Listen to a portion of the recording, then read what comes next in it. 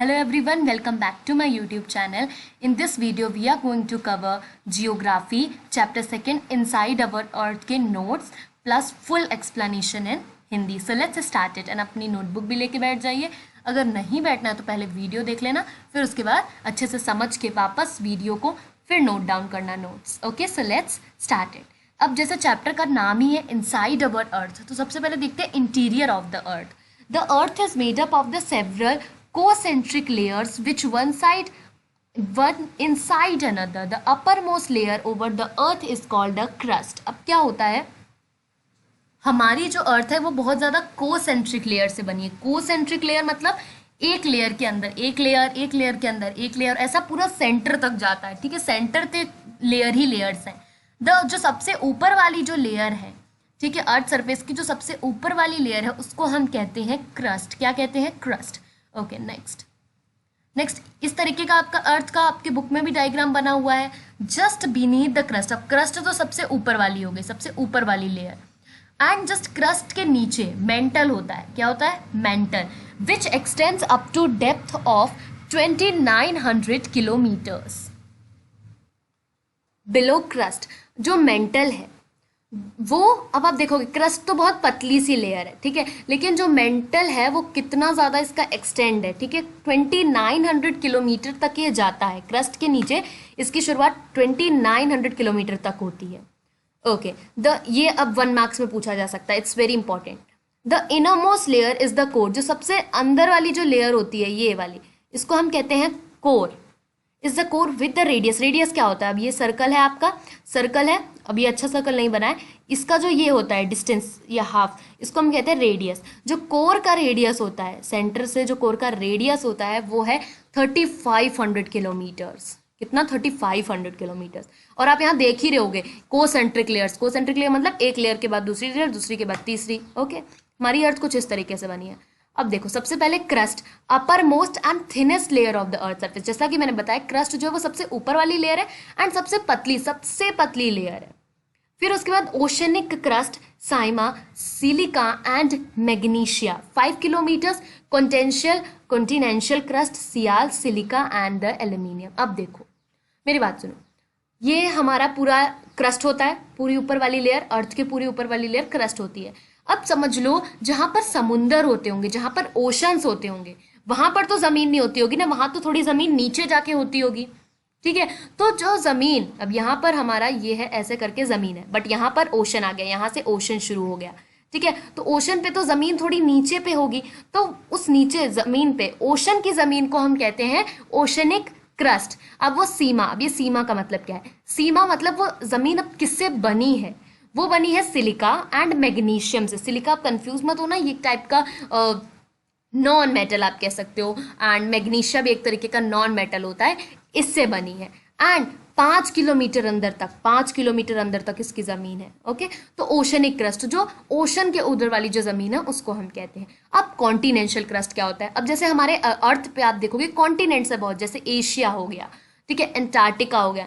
जो कॉन्टिनेंट की जमीन होती है, कॉन्टिनेंट, मैं एक कंट्री की बात नहीं कर रही हूँ, कॉन्टिनेंट की बात कर रही हूँ. जो कॉन्टिनेंट की जमीन होती है उसको हम कहते हैं कॉन्टिनेंशियल क्रस्ट. ठीक है, वो किससे बनी होती है? सिलिका से बनी होती है एंड एल्यूमिनियम. इसमें भी कंफ्यूज नहीं होना, बस लर्न कर लेना है. अब ये सियाल क्या है? देखो, सिलिका का पहला वर्ड है सी एंड एल्यूमिनियम का पहला वर्ड है Al, तो सियाल हो गया. इससे आप रिमेंबर रख सकते हो, और ये मैंने खुद से नहीं बनाया रिमेंबर रखने के लिए, ये आपकी बुक में लिखा हुआ है ऐसे ही.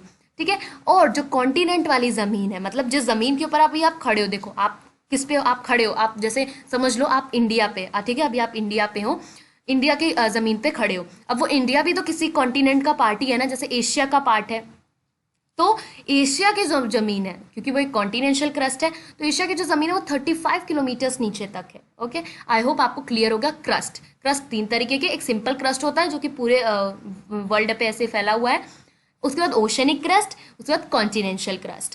मेंटल, अब मेंटल क्या होता है? दूसरी लेयर पर आते हैं. मेंटल जो है, ये अभी हमने पढ़ा कि 2900 किलोमीटर्स तक एक्सटेंड है.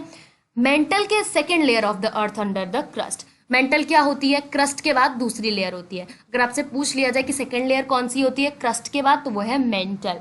ठीक है, नेक्स्ट है फॉर्म्स 84% ऑफ द, जितना अर्थ का वॉल्यूम है, जितना अर्थ का क्या है वॉल्यूम, उसका 84% तो इसी ने कवर कर रखा है। ओके, नेक्स्ट अब कोर की बात करते हैं। 3 लेयर्स, क्रस्ट हो गया, मेंटल हो गया, अब कोर। कोर जो सबसे इनर वाला है, ये वाला, ठीक है, कोर की बात करते हैं।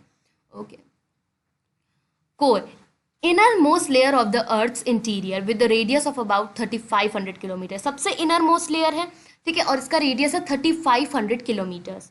Mainly made up of the nickel and the ferrous. अब देखो, निकल, निकल से नी लिया, निकल क्या होता है, ये भी एक तरीके के मेटल नॉन मेटल्स में से है। एंड फिर फेरस, फेरस भी एक तरीके से मेटल और नॉन मेटल में से है। अब आपको ये कंफ्यूज इतना जानने की जरूरत नहीं कौन सा मेटल है कौन सा, अब जैसे आयरन है तो वो तो मेटल ही होगा। ओके, तो ये निकल और आयरन, निकल और आयरन से क्या बना है, क्या बना है, कोर बना है। ओके, अब निकल से नी लिया, फेरस से फी लिया, तो ये क्या बन गया, knife.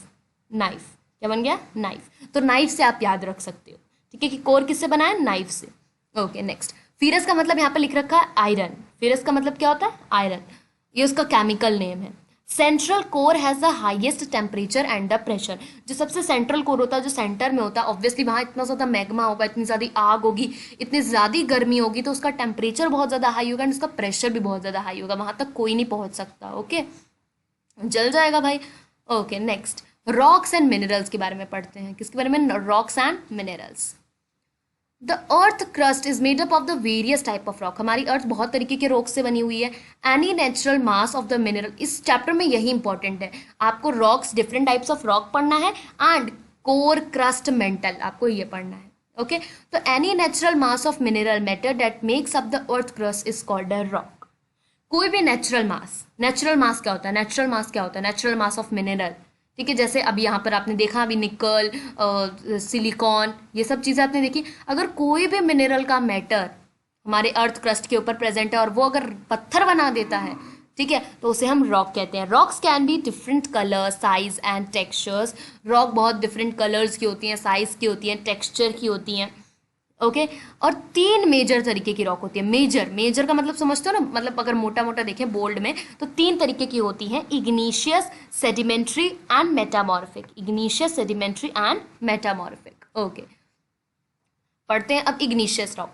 When the molten magma, अब जो मोल्टन मैग्मा तो आपको पता ही होगा, ठीक है, वो जो ज्वालामुखी में से ज्वाला निकलती है ना, वैसा ही कुछ होता है मैग्मा। जो मेल्टन, जो अब देखो ये ज्वालामुखी है, मैं उसी की बात कर रही हूँ, ये ज्वालामुखी, ठीक है, फटा, ठीक है, और इसके अंदर से क्या निकला, मैग्मा निकला। अब ये जो मैग्मा यहाँ से निकला और बाहर जाकर क्या हो गया, ठंडा, बाहर आ गया, ठीक है, ठंडा हो गया। तो ठंडा होने के बाद ये कैसा बन जाता है, सॉलिड बन जाता है रॉक। और फिर सॉलिड बनने के बाद इससे जो पत्थर बनते हैं उनको हम कहते हैं इग्नीशियस रॉक, एंड इनको हम प्राइमरी रॉक्स भी कहते हैं। प्राइमरी रॉक्स क्यों कहते हैं, क्योंकि अभी इसी इग्नीशियस रॉक से बहुत रॉक्स बनने वाले हैं, तो सब कुछ इसी से तो बनाना, तो ये तो प्राइमरी। आप जब 10th क्लास में पहुंचे, 11th में पहुंचे, 12th में पहुंचे, आप कैसे पहुंचे, आप फर्स्ट से कर ही आए हो ना, तो वो प्राइमरी क्लासेस है, तो वैसे ये प्राइमरी रॉक है, इससे से बनेगा जो भी रॉक बनेगा। ओके, इग्नीशियस रॉक, इसे हम क्या कह रहे हैं, इग्नीशियस। अब इग्नीशियस रॉक भी 2 टाइप की होती हैं, ठीक है, एक होती है इंट्रूसिव। इंट्रूसिव में एग्जाम्पल हो गया ग्रेनाइट का। इंट्रूसिव रॉक में याद रखना बहुत इंपॉर्टेंट, आपकी बुक में बहुत ही कहीं पे भी लिख दिया है इसे, ठीक है, लेकिन लिखा जरूर है, तो ये आपको मिलेगा नहीं इतनी आसानी से। फिर उसके बाद एक्सट्रूसिव रॉक। एक्सट्रूसिव रॉक कौन सी है, बेसाल्ट। अब इंट्रूसिव का मतलब क्या होता है, इन, ठीक है, अंदर। एक्सट्रूसिव का मतलब बाहर। अब इसका मतलब समझो, the molten magma cools down inside the earth crust. अब यहाँ पर ये देखो, ये है हमारा जमीन, इसके ऊपर है ये हमारा पहाड़, यहां से निकलने वाला था लावा, ठीक है, इधर दोनों साइड से। ओके, अब क्या हुआ, मैग्मा निकला ही नहीं, मैग्मा अंदर ही ठंडा हो गया, मैग्मा अंदर ही ठंडा हो गया, और अगर अंदर ही ठंडा हो गया तो अंदर ही उसका सॉलिड बन जाएगा। तो जब ऐसा होता है कि सब चीज अंदर ही हो जाती है, तो हम उसको कहते हैं इंट्रूसिव इग्नीशियस रॉक। तो अब जो पत्थर बनता है उसको हम कहते हैं intrusive इग्नीशियस rock. Since they cool down slowly they form the large grand structure. अब जैसा कि वो अंदर ही कूल डाउन हो जाते हैं, देखो अगर वो बाहर आते फूट के तो उनके छोटे छोटे पत्थर बनते, ठीक है, फूट जाता वो मैग्मा, लेकिन अंदर ही हो गया तो बहुत बड़े बड़े स्ट्रक्चर, ग्रेन्ड स्ट्रक्चर बनेंगे, ठीक है, इतने बड़े बड़े पत्थर, जैसे एग्जाम्पल हो गया ग्रेनाइट। ओके, अब नेक्स्ट एक्सट्रूसिव क्या होता है, वेरी इजी, इसका आपको डिफरेंस पूछा जा सकता है, इसलिए मैंने आपको सीधा डिफरेंस भी बता दिया। When the molten magma comes on the earth surface, जब मोल्टन मैग्मा अर्थ सरफेस के बाहर आ जाता है, ठीक है, अब मैग्मा फूट के बाहर आ गया, अर्थ सरफेस पे आ गया, in the form of lava, और किसके फॉर्म में आता है? लावा। आप सब तो उसको लावा ही कहते हो, ठीक है। तो वो बाद में ठंडा हो जाता है एंड सॉलिडिफाई हो जाता है। सॉलिडिफाई मतलब सॉलिड हो जाता है, तो हम उसको कहते हैं extrusive igneous rock. Due to rapid cooling, अब बहुत जल्दी ठंडा हो जाता है, कोई भी चीज़ बाहर आके हुई तो ठंडी हो जाएगी, ठीक है। अगर कटोरी के अंदर आपने वो रखा हुआ है क्या, अगर सब्जी के अंदर सॉरी कटोरी के अंदर अगर आपने सब्जी रखी हुई है तो वो कम मतलब बहुत देर से ठंडी होगी, लेकिन अगर आपने उसको थाली के अंदर निकाल दिया तो वो जल्दी ठंडी हो जाएगी। तो वैसे ही अगर लावा ये पहाड़ के बाहर आ गया है, ठीक है, ज्वालामुखी के बाहर आ गया लावा, तो वो जल्दी ठंडा हो जाएगा। तो due to rapid cooling they very fine, तो इसलिए जल्दी ठंडे हो जाते हैं, इसलिए बहुत छोटे स्ट्रक्चर्स बनते हैं। इसमें बहुत बड़े स्ट्रक्चर्स बनते हैं, इसमें बहुत छोटे स्ट्रक्चर बनते हैं। इसमें बड़े स्ट्रक्चर क्यों बनते हैं? क्योंकि ये बहुत धीरे धीरे ठंडा होता है एंड ये बहुत जल्दी ठंडा हो जाता है। इसका एग्जाम्पल है बेसाल्ट। Okay, next. अब हमने पढ़ा इग्निशियस रॉक। अभी आप सिर्फ अपने दिमाग में रखो igneous rock. Intrusive extrusive paper के लिए ध्यान रख लो। इग्निशियस रॉक अब क्या हुआ? Rock roll down, crack and hit each other are broken down into the small fragments. अब इग्निशियस रॉक है, अब जिंदगी भर वहीं थोड़ी ना पड़े रहेंगे वॉल्केनो के साइड में, ठीक है। दोनों हवा चलेगी, बारिश होगी, तो वो दोनों आपस में टकराएंगे, ठीक है। 2-3 पत्थर होंगे, एक अकेला पत्थर थोड़ी ना होगा, ये आपस में टकराएंगे, ठीक है, हिट करेंगे, तो इनके बीच में क्या आ जाएगा? क्रैक आ जाएगा। क्रैक आने के बाद ये छोटे छोटे पीसेस में टूट जाएंगे, छोटे छोटे। ओके, अब ये जो छोटे पार्टिकल्स है इनको आप क्या कहोगे? क्या कहोगे? सेडिमेंट। सेडिमेंट किसे कहते हैं? When rock roll down, crack या फिर हिट ईच अदर, दे ब्रोकन इनटू स्मॉल फ्रेगमेंट्स। अगर आपको फ्रेगमेंट्स नहीं पता तो आप पीसेस लिख सकते हो, small pieces, and these small particles भी लिख सकते हो। These small pieces, these small particles, these small fragments are called a sediment. अब इसको हम सेडिमेंट कहते हैं। These loose sediments are compressed and hardened to form the layer। अभी जो छोटे छोटे सेडिमेंट्स हैं ये क्या करेंगे? सभी आपस में कंप्रेस हो जाएंगे, सभी आपस में जुड़ जाएंगे और फिर हार्ड हो जाएंगे और फिर एक लेयर ऑफ रॉक बना लेंगे। अब यहाँ पर आप देखोगे सेडिमेंट से मतलब टुकड़ों से एक पत्थर बन रहा है। किससे बन रहा है? टुकड़ों से पत्थर बन रहा है। तो जब ऐसा होता है कि सेडिमेंट्स कंप्रेस्ड हो जाते हैं और हार्ड हो जाते हैं और रॉक बना लेते हैं, तो अब उनको कहते हैं सेडिमेंट्री रॉक। कौन सा रॉक कहते हैं? सेडिमेंट्री। इसका कोई दूसरा नाम नहीं है। जैसे इग्निशियस का दूसरा नाम था प्राइमरी रॉक, तो इसका कोई दूसरा नाम नहीं है, सेडिमेंट्री। और जैसे इग्निशियस में 2 टाइप्स थे, इसके टाइप्स नहीं है। ओके, अब एग्जाम्पल अगर आपसे पेपर में पूछ लिया, आपको तो सब कुछ आता है लेकिन आपको वो एग्जाम्पल ही नहीं पता, तो एग्जाम्पल में आप लिखोगे सैंड स्टोन। क्या लिखोगे? Sand stone. सैंड स्टोन किससे बनेगा? छोटे छोटे सैंड के पार्टिकल से। Is made up of the grains of sand. छोटे छोटे सैंड के पार्टिकल से सैंड स्टोन बनता है। Okay, next. कुछ इस तरीके का दिखता है। ओके, यहाँ पर आप देख रहे हो, अब जैसे आप ये वाला पत्थर ले लो, इसमें आप देख पा रहे हो कि छोटे छोटे टुकड़े, इसमें भी आप देख पा रहे होगे छोटे छोटे, ठीक है। तो ऐसे बहुत टाइप के सेडिमेंट रॉक होते हैं, सेडिमेंट्री रॉक। अब देखो, अब जो इग्निशियस रॉक है, इग्निशियस रॉक और जो सेडिमेंट्री रॉक है, ये अगर सोचो दोनों साथ में मिल गए, एक सेडिमेंट्री रॉक वाला पूरा पत्थर है, एक इग्निशियस रॉक वाला पूरा पत्थर है, अगर ये दोनों आपस में मिल गए, मैं ये नहीं बोल रही हूँ कि इग्निशियस से ही एक सेडिमेंट्री रॉक बना है, मैं नहीं बोल रही हूँ, मैं बोल रही हूँ एक पूरा का पूरा इग्निशियस रॉक है जिस पे भी क्रैक नहीं आया, कुछ नहीं हुआ है, और एक सेडिमेंट्री रॉक है, ठीक है, जो इग्निशियस से ही बना है हालांकि, बट वो है। ओके, अब ये दोनों अगर आपस में मिल गए तो ये एक नया टाइप का अंदर अ ग्रेट हीट, मतलब इनको बहुत ज़्यादा हीट दी जा रही है, बहुत ज़्यादा प्रेशर दिया जा रहा है इनके ऊपर, तो अब ये क्या करेंगे? आपस में मिल जाएंगे एंड ये क्या बना लेंगे? एक न्यू तरीके का रॉक जिसे आप कहते हो मेटामॉर्फिक रॉक, ठीक है। जैसे क्ले, क्ले किस में चेंज हो जाता है? स्लेट में चेंज हो जाता है। अगर आप देखो, आप मिट्टी लेते हो, ठीक है, जो सुराही वगैरह बनती है, क्ले को क्या करते हैं? बहुत ज़्यादा प्रेशर देते हैं, हीट नहीं देते हैं बट उसको थोड़ा प्रेशर देते हैं स्लाइटली, तो वो क्या करता है? बाद में सूख के किस में बन जाता है? पॉट में बन जाता है, ठीक है। तो एक मिट्टी से आपने एक न्यू तरीके की चीज़ बना ली। तो अगर आपको इसमें एग्जाम्पल देना हो तो आप क्ले का और स्लेट का दे सकते हो। तो बहुत इंपॉर्टेंट है ये। इग्निशियस का एग्जाम्पल हमने क्या देखा था? इग्निशियस रॉक प्राइमरी 2 टाइप के होते हैं, इंट्रूसिव एंड एक्सट्रूसिव। इंट्रूसिव में ग्रेनाइट, एक्सट्रूसिव में बेसाल्ट। डिफरेंसेस बहुत इंपॉर्टेंट है। उसके बाद सेडिमेंट्री रॉक का एग्जांपल है सैंड स्टोन। अब आप उससे पूछ ले सैंड स्टोन क्यों? क्योंकि वो छोटे छोटे सैंड के पार्टिकल से बना होता है। फिर इग्निशियस, फिर मेटामॉर्फिक रॉक। इग्निशियस और सेडिमेंट्री रॉक मिलकर मेटामॉर्फिक रॉक बनाते हैं। ओके, उसके बाद नेक्स्ट, रॉक्स के यूजेस क्या होते हैं? रॉक्स हमारे लिए बहुत ही ज़्यादा यूजफुल होते हैं। Hard rocks are use for making the roads, houses and building. जो बहुत हार्ड पत्थर होते हैं ना, बहुत हार्ड, उनसे हम रोड बनाते हैं, घर बनाते हैं, बिल्डिंग्स बनाते हैं। और पत्थरों से तो आप गेम्स भी खेलते हो, स्टैपू वगैरह आपकी बुक में है। Okay, some are used as a fuel. कुछ पत्थरों को तो फ्यूल के यूज में भी यूज़ किया जाता है, इंडस्ट्री में यूज़ किया जाता है, दवाइयों में यूज़ किया जाता है, फर्टिलाइजर्स में यूज़ किया जाता है। वेरी इंपॉर्टेंट, ये तो पूछा जाता है। और कितने मार्क्स में पूछा जाता है बताओ? 5 मार्क्स में, 5। तो आप इसको तोड़ के लिख सकते हो। फर्स्ट आप ये लिख लोगे, rocks are very useful to us, the hard rocks are use for making roads, houses. And फिर दूसरा पॉइंट आप ये लिख लोगे, stones are useful in playing games. और आप कुछ गेम्स का नाम ले लोगे जिसमें पत्थरों से खेला जाता है, जैसे स्टैपू। ओके, फिर आप लिखना कि some stones are used as a fuel, तीसरा पॉइंट। चौथा लिखना some stones are also, some rocks are also used in industries and in medicines. Okay, फिर फिफ्थ पॉइंट आप लिख लेना इन फर्टिलाइजर्स। ओके, तो आपको सीखना पड़ेगा किस तरीके से। अब बात करते हैं रॉक साइकिल, फेमस, ठीक है, जिससे बच्चे इस चैप्टर से डरते हैं, लेकिन ऐसा नहीं है। रॉक साइकिल क्या है? वही चीज़ जो मैंने अभी आपको बताया कि मोल्टन मैग्मा निकला, सॉलिड हुआ, इग्निशियस रॉक बन गया। अब इग्निशियस रॉक धीरे धीरे टूट कर सेडिमेंट्स में बन गया, वो सेडिमेंट्स एक साथ आए और सेडिमेंट्री रॉक बना लिया। और फिर इग्निशियस और सेडिमेंट्री रॉक को जब बहुत ज़्यादा हीट और प्रेशर दिया गया तो वो मेटामॉर्फिक रॉक बन गए। ओके, यही है। तो अब रॉक साइकिल से अगर आपसे पेपर में 5 मार्क्स में पूछा जाए तो सबसे पहले तो आपको इस रॉक साइकिल की डेफिनेशन लिखनी है। The process of transformation of the rock from one, अगर एक रॉक का ट्रांसफॉर्मेशन होता है टू अनदर तो उसको हम कहते हैं rock cycle. Okay, when molten magma cools, जब मोल्टन मैग्मा जो है वो ठंडा हो जाता है तो वो सॉलिड हो जाता है and become the igneous rock, और इग्निशियस रॉक बना लेता है। Igneous rock are broken down into the small particles that are transported and deposit to form the sedimentary rock. आप अपने वर्ड्स में भी लिख सकते हो। ओके, जब इग्निशियस रॉक टूट जाते हैं छोटे छोटे पार्टिकल्स में तो that are transported and deposited to form the sedimentary rocks, वो क्या करते हैं? ट्रांसपोर्ट हो जाते हैं एंड कहीं इकट्ठा होकर सेडिमेंट्री रॉक बना लेते हैं। Igneous and sedimentary rocks are subjected to heat and pressure. फिर इनको इग्निशियस और सेडिमेंट्री को दोनों को साथ में हीट दी जाती है, प्रेशर दिया जाता है एंड इससे ये मेटामॉर्फिक रॉक में चेंज हो जाते हैं। अब फोर्थ, अब आपने बोला तो हमने तो यहीं तक पढ़ा है कि हाँ मेटामॉर्फिक में। अब आगे देखो, metamorphic rock which are still under the great heat and pressure. अब ऐसा थोड़ी ना कि हम जबरदस्ती हीट या प्रेशर दे रहे हैं, वो तो अर्थ दे रही है ना, अर्थ की वजह से इन पे हीट आ रहा है, प्रेशर आ रहा है।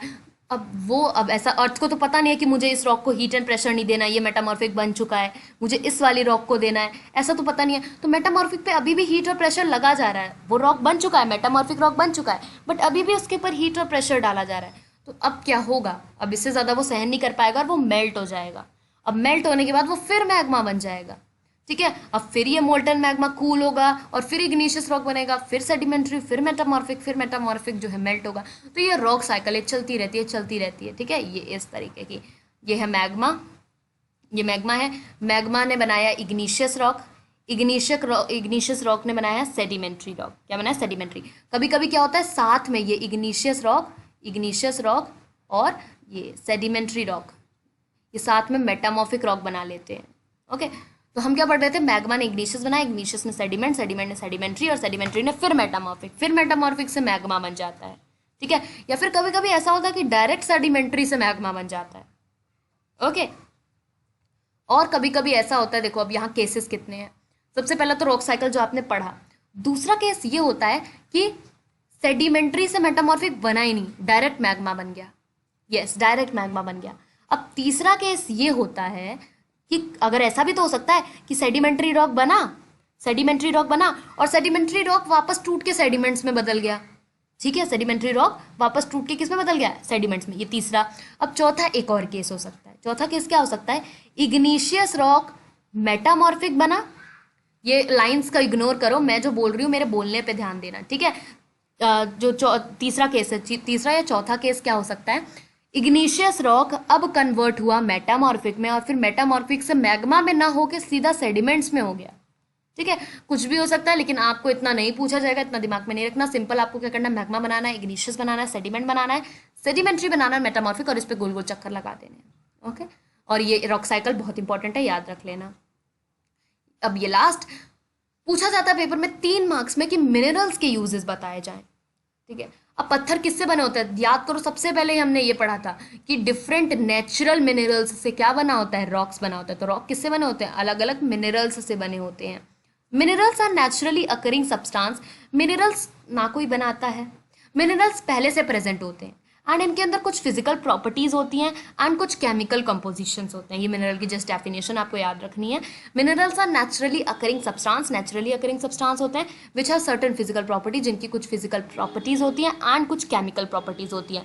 Minerals are very important to humankind, ये हमारे ह्यूमन काइंड के लिए बहुत इंपॉर्टेंट है। मिनरल से क्या क्या नहीं होता, ठीक है, मिनरल्स में तो डायमंड आ जाता है, बहुत सारी चीज़ें आ जाती हैं। तो अब आप सोच लो कितना इंपॉर्टेंट है। गोल्ड ये सब माइनिंग करके ही तो मिलता है। सो आई होप आपने नोट डाउन कर लिए होंगे एंड ये चैप्टर यहाँ पर फिनिश होता है।